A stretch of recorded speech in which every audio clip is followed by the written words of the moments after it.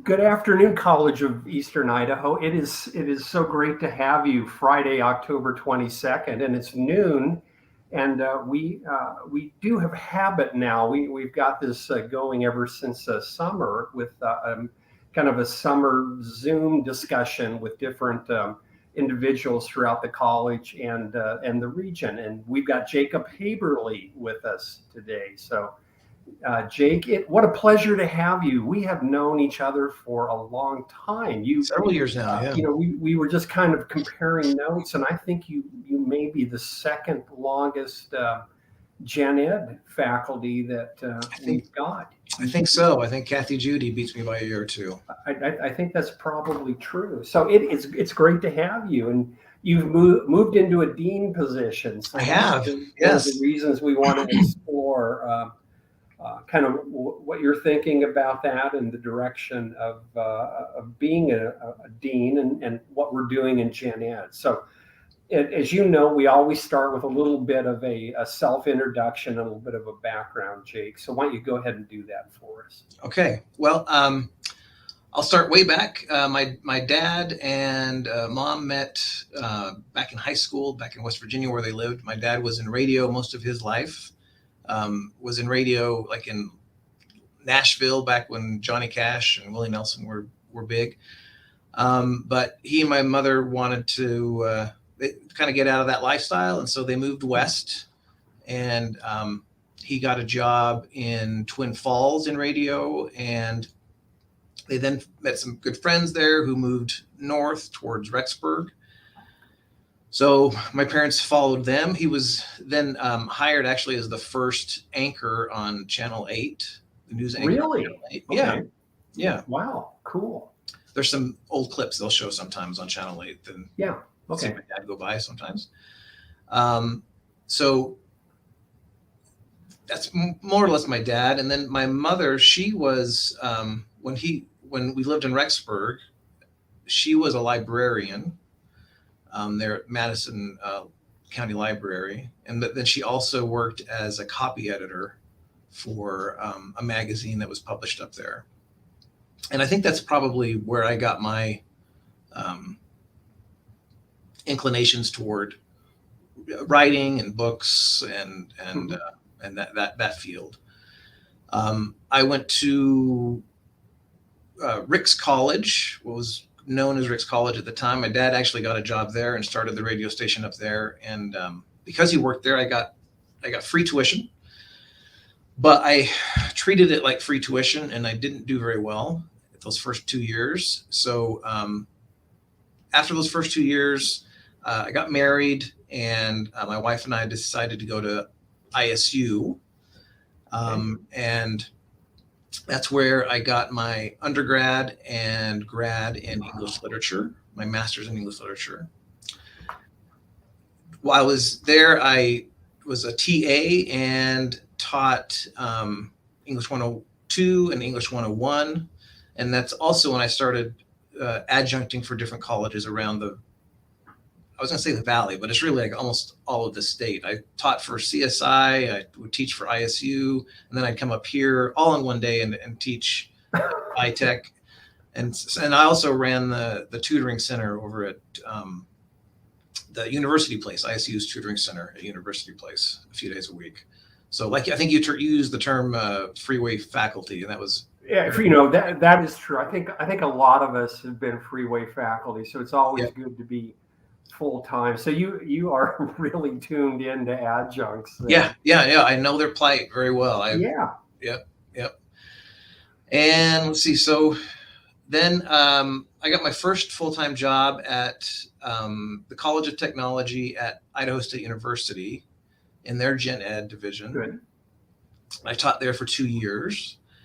And while I was teaching there, I was also still adjuncting up here once in a while. And a job opened up here, and I applied for it and got hired on full-time in 2009.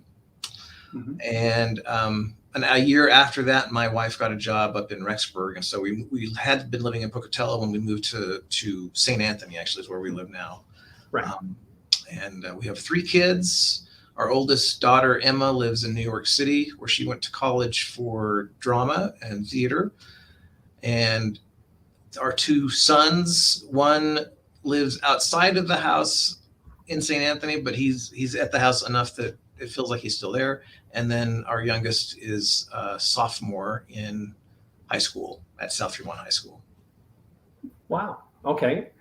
So deeply embedded here in Eastern Idaho. Very much, yeah, very much. So so at ITECH, during ITECH, what mainly did you teach? What were the disciplines that you were teaching in? The classes I taught primarily were English 101 and English 102 and Comm 101. So that was pretty much my load, to be, 2 or 3 of each, and then a couple of the others to get to my 5. But after I'd been here a few years, I actually developed a couple of the first English elective courses here. The English, what is currently English 175, which is Introduction to Literature. I developed that here for ITECH, and then later, I guess it was after we turned CEI became the college. I introduced English 206, which is creative writing. Wow, good.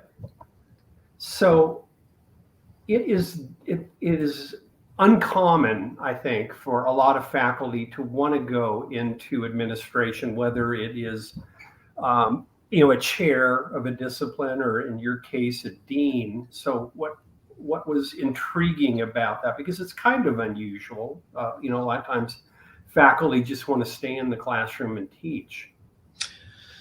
I think for me,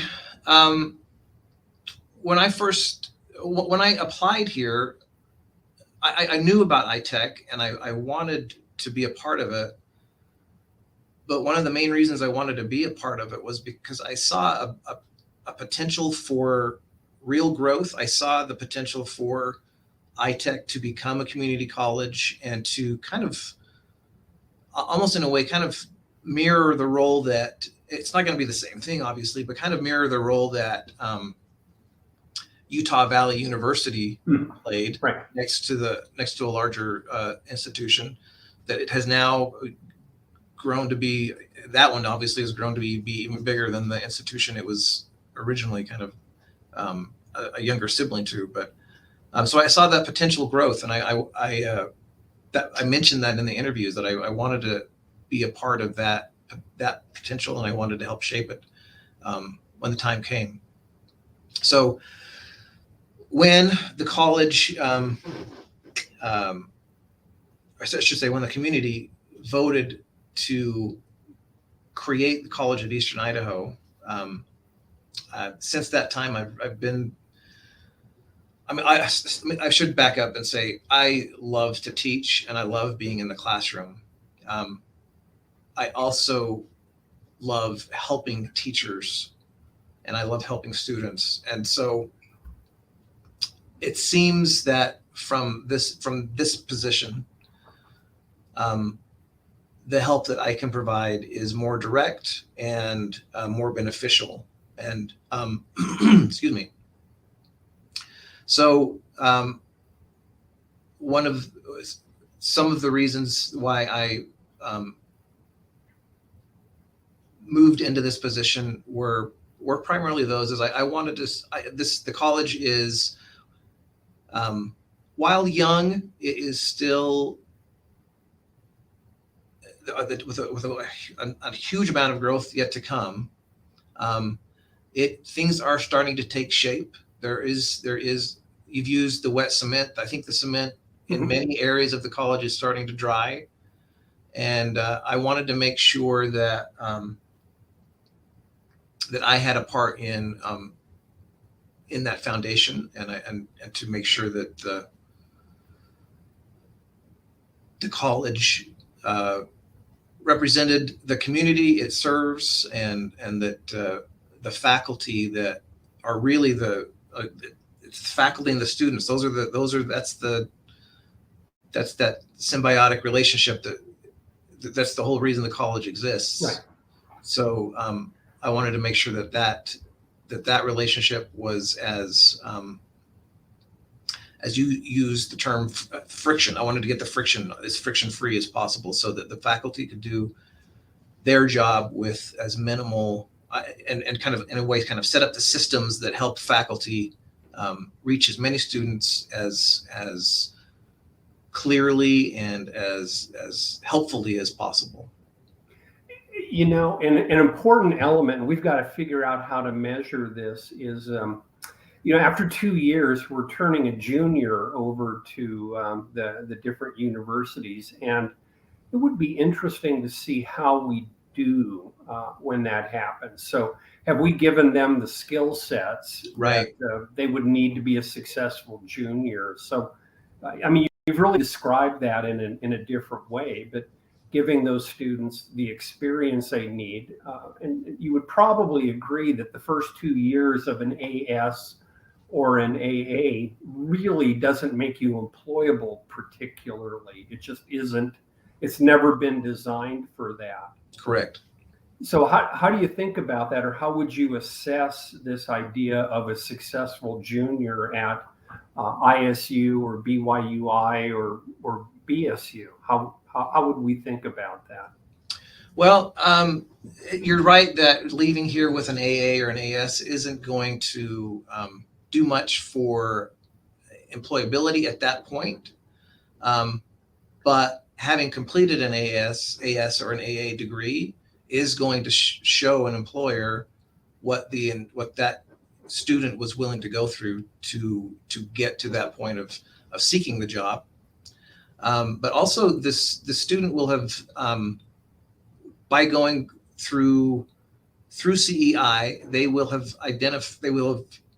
because of the way the college is structured and because of the outcomes at all of the levels of the college, you know, at the institution level, at the program level, at the department level, all the way down to the course level, we're going to be reaffirming and really confirming a lot of those skills that employers are looking for. And this is from when I was when we were at ITECH.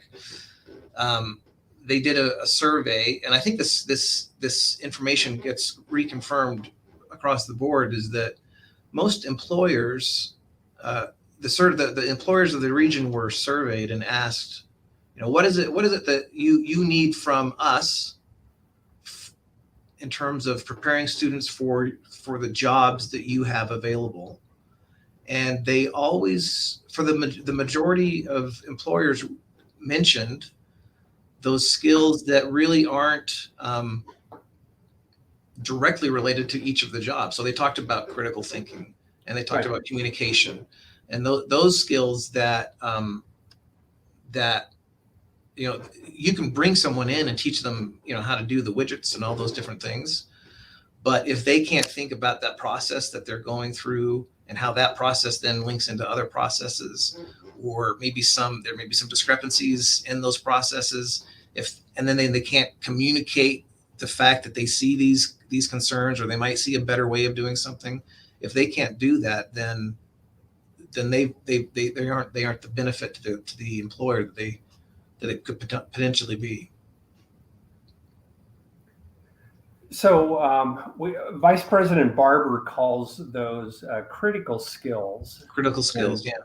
You know, those are kind of hard to measure, and we'll talk about actually the Northwest Commission and accreditation in a bit. But one of the things that we have to think about is embedding those critical skills in a class, and then be able to demonstrate that our students have it. So when they leave, how do we demonstrate critical thinking? That's always a good one. It is hard. It is hard, and everybody wants it. But how do you think about that? How would we assess it and be able to demonstrate it? Well, right now we're in the development process of. And you're right. This all kind of really links back into accreditation and assessment. All those things connect. They have a nexus. Um, right now, we have identified Communications 101 as a course that, because I'm not sure what the percentage is, but a high percentage of our students take Communications 101, no matter what certificate or degree they leave here with. They have gone through Communications 101. And Communications 101 does a really good job in all three of our ISLOs. So our goal right now is we're running a pilot with 2 communications courses. One is a face-to-face course and one is a fully online course. And we're utilizing our Canvas, the technology in Canvas that can then, we set aside some specific assignments in those classes, and the students complete those assignments and get assessed against the rubric of those ISLOs. Again, critical thinking being one of them. Right. And then, so we start to gather data. Mostly right now, we're getting a little bit of data, but we're also refining a system to make sure that the information we're getting is good information, is useful data. It's actually going to move the needle if we can make decisions based off of it. So once we get the Communications 101 squared away, we will then spread that across all of Communication 101s, and we'll use Communication 101 as kind of the point in the college where that topic or those topics are introduced for potentially the first time, but that's for sure where they'll be measured for the first time, at least on an institution level. And then from there, the goal is to develop a capstone course, which will then reassess those same things. And that's where we'll be able to confirm if that information we say they got, we can show that they've actually retained that information or those skills, those critical skills, beyond just the one time that they were assessed. So I really like that. And it turns out I am an evaluator for Northwest, and that is one of the most difficult things for an institution to demonstrate, that first of all, they assess. And right, for community colleges at a course level, everybody is assessed right there. So that's never a problem. But when you get to the place where let's use the term produce a student, produce a graduate, how do we demonstrate that they have a set of skills that they didn't have when they right. If they haven't changed, then what are they paying money to us for? Right, exactly. What's the purpose? What if we don't change, help them change in some way? Right. So talk about a capstone, because I think a lot of times that's a holy grail for a lot of, especially community colleges, but any college or university at the very end. How does that work, and how do you assess that is again, that's part of this process. This is where the cement is starting to dry, and we need to start making some movements in these areas. But the goal at this point is to develop a course. Lori Barber, Vice President Lori Barber, Dana Cotton, who is the interim chair of English Communications and Humanities, and Jill Kirkham, who teaches in the Social Sciences Department, is faculty member there. The three of them are in the process of developing that course. And as I understand it, the plan is for them to obviously reintroduce those concepts, but at the end of the course, their plan is to have the students literally demonstrate those skills through some sort of presentation, or it will obviously depend on the mode that the class is delivered in, but some sort of presentation that demonstrates that they have not necessarily a mastery of those skills, but at least a like I've said before, they've moved the needle on their understanding of those concepts. Those are all really interesting topics, especially when it comes to accreditation. We do this so that we're turning out a better student, a better human that they can communicate, and they understand quantitative analysis and can work in teams and all of those kind of things. We have a lot Sure. of those. And the reason you go to school, one of those is to be able to improve in that area. So Right. when we pass a student off as a junior, it would be interesting to see how they do at a university. How does the work that we've done in 2 years compare to the work that a university has done in 2 Right. years? Is that how would that happen? I would love to know that information. How could we gather that information? Well, I mean, you're the dean, so you're the one that's supposed to figure that out. Okay. I don't know. It's hard. And, when we talk about these things, sometimes people talk about the graduate from a university. And for us, that's almost meaningless because we've lost control of that student for at least 2 years. Right. So how much can be pegged back to the work that CEI has done? But maybe an interesting way, and we'll have to think about this, would be what does their first semester as a junior look like GPA wise? And in comparison, it's a quantitative measure, and we can look at native students and compare a block of CEI students. And if you do enough, statistically, it would be probably a valid comparison to see are we similar, are we better, are we worse over the course of time. And I would like to think we would be better for a couple of reasons, and you can confirm this, but we always talk about closer attention for the faculty. So smaller classes, more Right. attention, those kind of things, so we can be more customized in working with that student. But I don't know what else you might think about that would give them an edge over sitting in a 150 student math class at a university. Well, that for me, that's a huge edge. That's a huge advantage, is to have those smaller classes, or have those, as we're starting to develop here, those remedial courses that are linked right in with the core class, so that the students aren't and like you said, keeping the class size small, those students aren't feeling, they aren't singled out. They're part of a class that's everyone's going through the same process, and everyone's getting the same individualized attention from instructors who really care about how they're doing in the course. I think that's the key difference. It sounds cliche or whatever, but it's still true, is that the personal touch will change a learning process for people. How they actually put that information in their brains is going to change by who helped them get that information and how they helped them.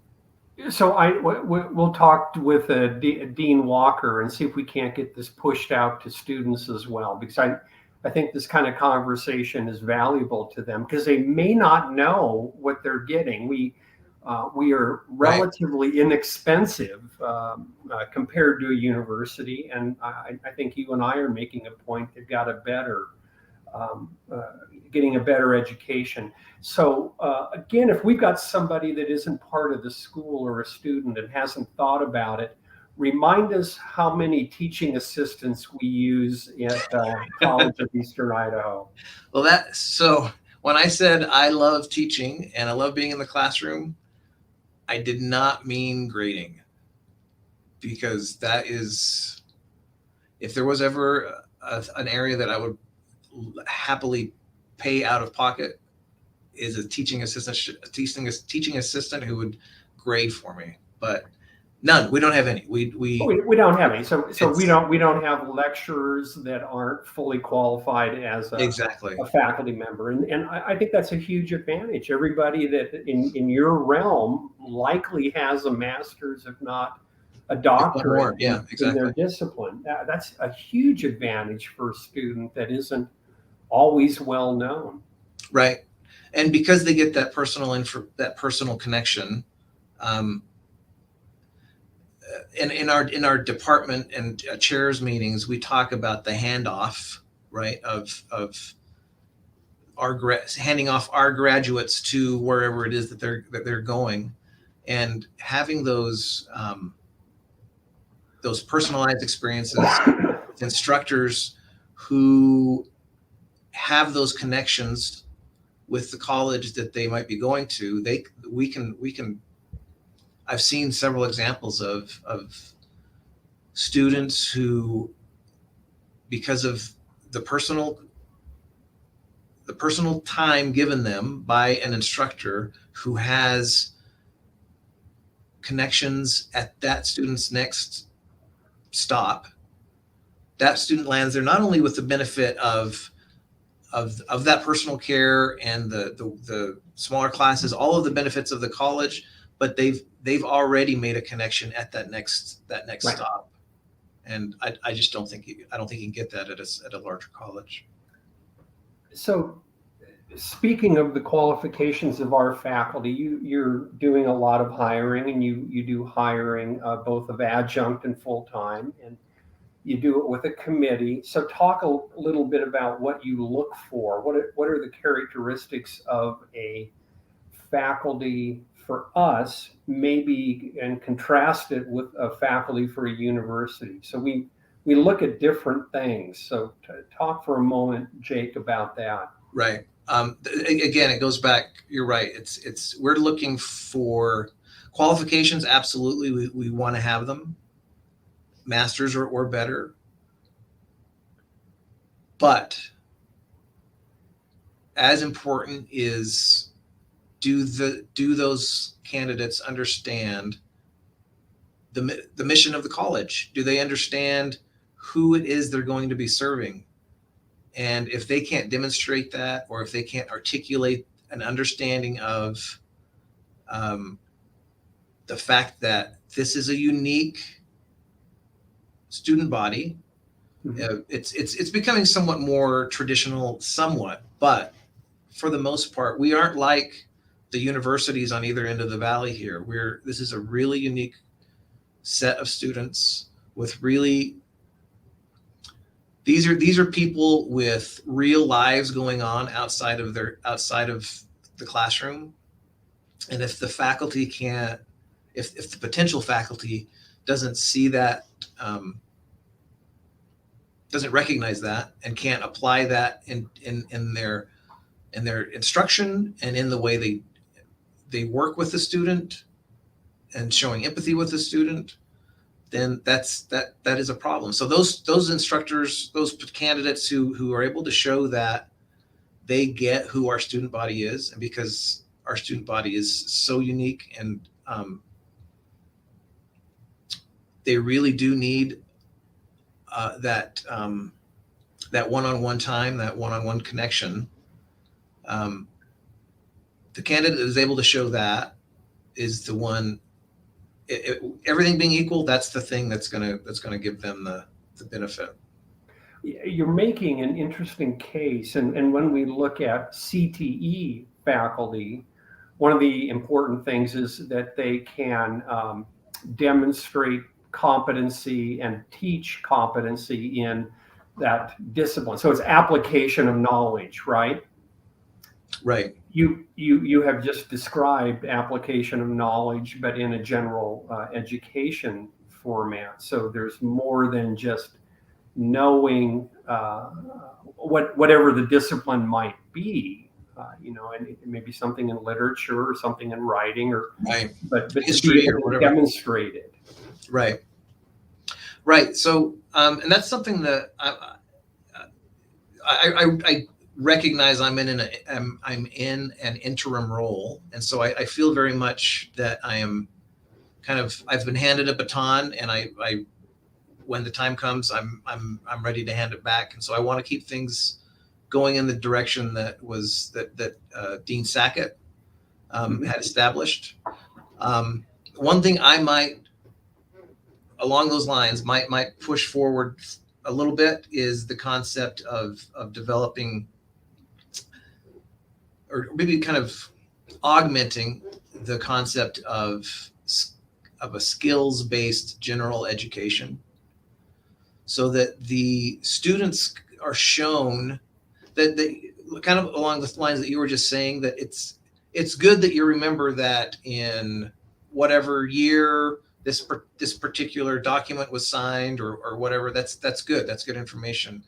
But what is the skill that you've gained that moment in history taught you or demonstrated to you, that you can then take out into your life, either into your personal life or into the workplace. So for moving forward, and this is probably I guess this is me announcing it to the Gen Ed division, that we're going to be looking at focusing on, or kind of bringing to the surface. These are things that they're already, that faculty are already teaching. We just need to highlight those connections for the students, to help them realize, yeah, sure, you just learned this fact or this concept, but you've also learned this skill in doing so, and this is a skill that you can move forward. So really, my goal is to one of my goals is to make sure that students recognize the power of general education. It's not just general knowledge. It's really about, I kind of like the term fundamental education more than general education, because it's where you grow from. That's where you're going to base everything moving forward. So I think that matches nicely with what I think this institution is doing. So it's easy to talk about skills on the CTE side. It's a little trickier on the Gen Ed, but there's no reason not to talk about them exactly the way you've described those. I think that makes a lot of sense. Good. Yeah. I think, like I said, I think most instructors already are teaching these things. Mm-hmm. And they recognize, they see the connection, but sometimes, and a lot of it has to do with, and kind of link it back to assessment, is sometimes, or not assessment, I should say outcomes, mm-hmm. is that the outcomes of the courses may augment the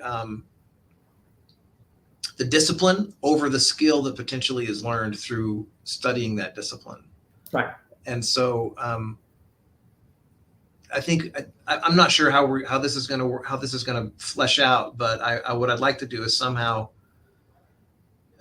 in the outcomes identify some specific skills. I think some instructors already do this. In fact, moving forward in our general education division meetings with all faculty, we've been trying to use those meetings as professional development. And so we're going to have those who've already kind of established identified those skills from their general education courses, have them come to those meetings and demonstrate that for us, and then maybe start to break it down into different groups and have those different groups then be able to show those same skills or identify those skills in their course, either through specific outcomes written on a syllabus, or at least just in the lecture. Hey, here's something you should take from this beyond just the information. No, I think that's hugely valuable, and I'm glad that you're working on that. So we were unique when we were created, and I was at College of Western Idaho, and we had, I don't know, I'll make up a number, probably 40 different degrees in Wow. AS and an AA. So there was a degree, an Associate of Arts degree in English and in in history and in anthropology and in AS degree in math. And we didn't do that at all. I mean, literally, No. we've got 2 degrees. We've got Right. an Associate of Science and an Associate of Arts. What's the concept with that? And was that a good idea now that we've got about 3 years of experience? I think well, this is my opinion, but I think that I think as a starting point, I think it was the right way to start. But that as we grow, we will probably need to start identifying some specific majors. Mm-hmm. Because I think one thing that students, especially if a student is interested in going to college, it's because they're interested in some sort of topic, right? Some sort of discipline, and they want to major in whatever that thing is. And so majoring in an AA or an AS can be it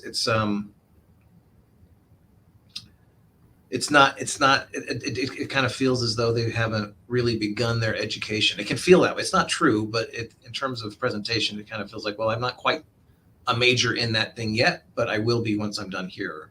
Right. Whereas I think, again, this may be down the road a little bit, but eventually I think we'll need to start dividing those out a little bit. But that will we'll need the students to be able to justify those moves as well. Well, we will. That's exactly right. A lot of this actually boils down to those electives that are taken. So exactly in the realm of an AS degree, are you taking more math and more advanced math as those electives, as opposed to physics, as opposed to chemistry, those kind of things, and those ultimately end up into a particular degree in Associate of Science. Right, exactly. So service learning, have you been involved with that very much? It's kind of lightly being thought of here, but what is service learning? Is there anything you're thinking about with your faculty? It is actually. In fact, I think when we created our agreements with, I want to say it was with Complete College America. Yeah. That we identified service learning as one of the programs or one of the approaches we wanted to develop. And so an instructor here, Steve Harrison, has experience with it and has kind of taken the mantle of developing that, and he's been in his English 102 course. He's already this semester. He's done a trial run of it. Not the full semester, but he's done a trial run. He's making connections within the local community here in Idaho Falls, but he's reaching out toward the more rural communities. Has plans so that as this program or this concept evolves and grows, that students as far away as Mackay or Chalice or Salmon, Driggs will be able to take part in that service learning. But the goal being obviously that the learning that they do doesn't just benefit them, it actually is impacting the community that they live in, right there, as opposed to, again, like we talked about, like learning the theorem or whatever. Let's apply that in my life and in the life and world of the people who I care about the most. So when we're done and they get a job, they other than individuals who come back to this college, they actually go out into the real world and have to make it there. So exposing our students at a level in the real world is valuable to them.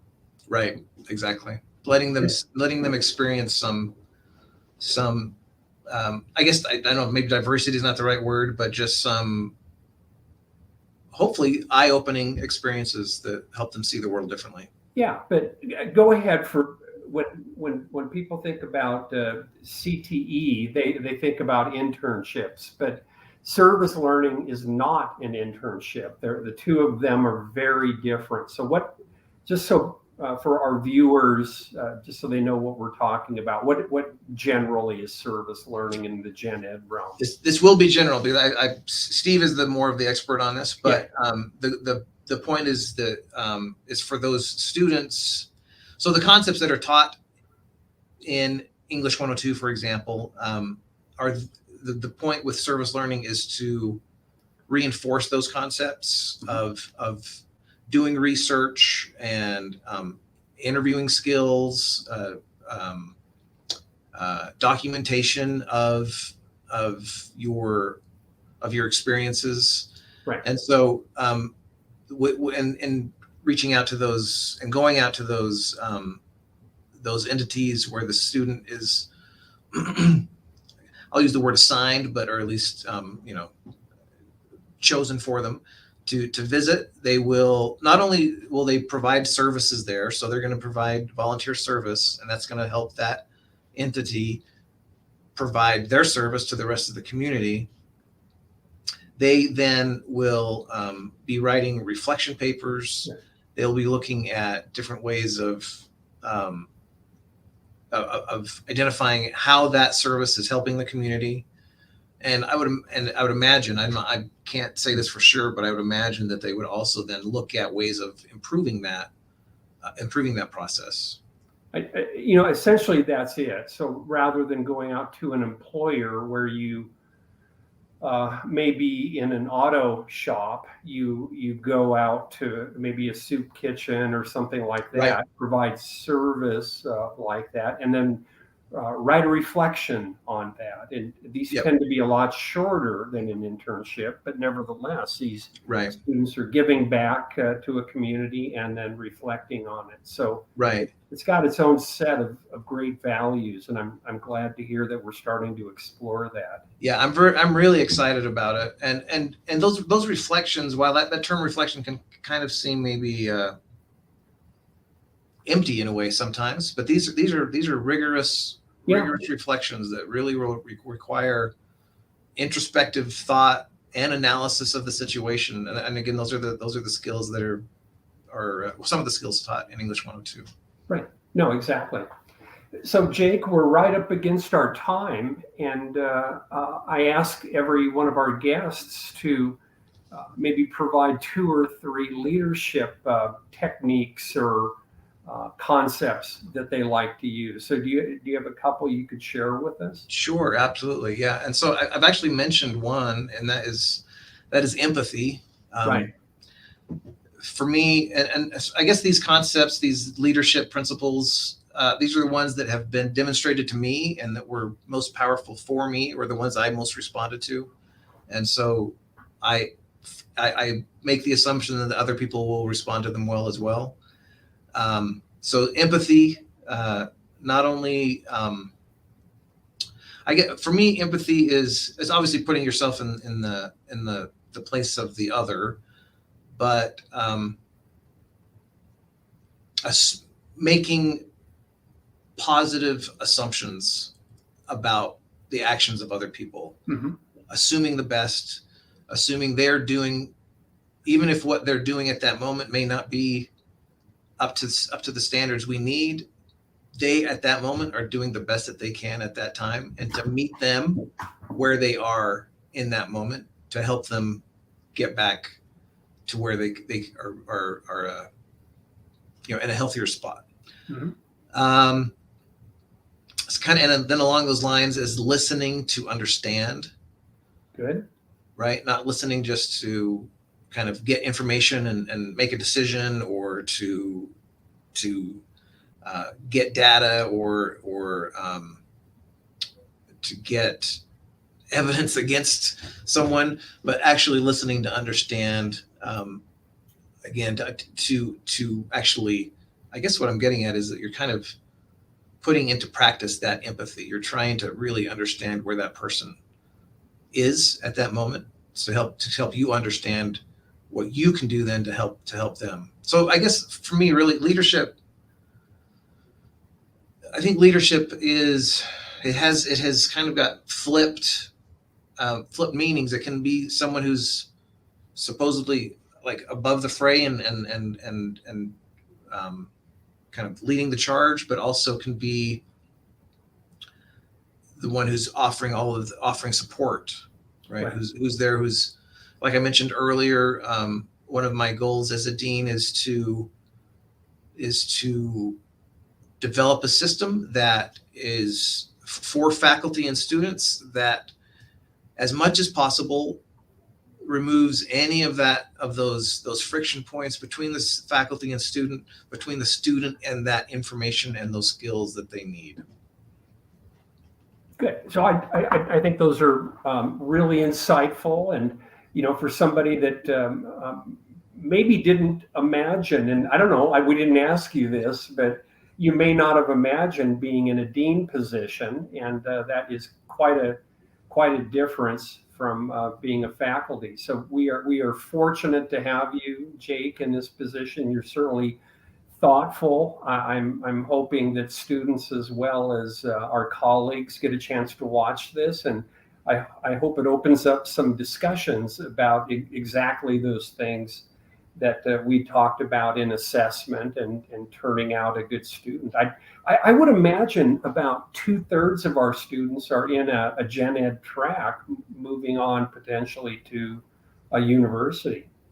Yeah, I think at least that. And then just in general, using the term, most students are impacted in some way. You have to or get touched by general education, no matter where they are on campus. They are. So I want to thank you for taking time with me at noon here on Friday. And I want to wish everyone that's watching a great weekend. I think we probably have a limited number of beautiful Saturdays and Sundays, but at least this one ought to be pretty nice. So thank you all for joining us, and hope to see you next week.